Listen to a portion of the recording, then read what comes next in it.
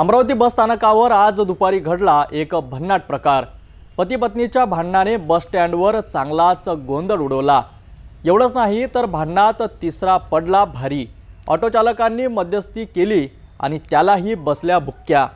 पण या सगळ्या गोंधळात राजापेठ ठाणेदार पुनीत कुलट यांनी शांततेत घेतले सूत्र हातात आणि सोडविला हा कौटुंबिक रणधुमाळीचा खेळ। अमरावती बस स्थानकाच्या बाहेर दुपारी 3 वाजताच्या सुमारास पती पत्नींमध्ये जोरदार वाद झाला।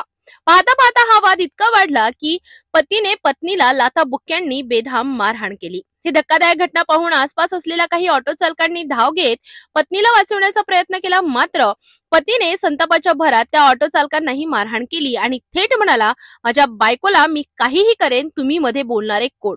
घटनास्थळी गोंधळ वाढत चालल्याने बस स्थानक परिसरात चांगलीच गर्दी झाली आणि वाहतुकीलाही अडथळा निर्माण झाला। दरम्यान राजापेठ पोलीस स्टेशनचे ठाणेदार पुनीत कुलट यांनी माहिती मिळताच हे तात्काळ घटनास्थळी दाखल झाले। त्यांनी पती पत्नीला शांत केले, ऑटो चालकांना घटनास्थळावरून बाजूला करून वाहतूक सुरळीत केली। पुनीत कुलट यांनी समुपदेशन करून पती पत्नीचा वाद मिटविण्यात महत्त्वाची भूमिका बजावली।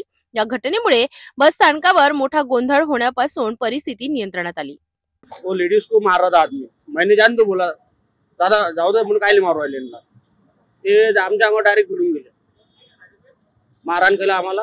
पती पत्नीचा वाद आणि त्यात तिसऱ्याची मारहाण या घटनेमुळे बस स्थानकावर थोडा वेळ तणाव निर्माण झाला होता। पण राजापेठ ठाणेदार पुनीत कुलट यांच्या तात्काळ कारवाईने परिस्थिती हाताळली गेली आणि शांती पुन्हा प्रस्थापित झाली।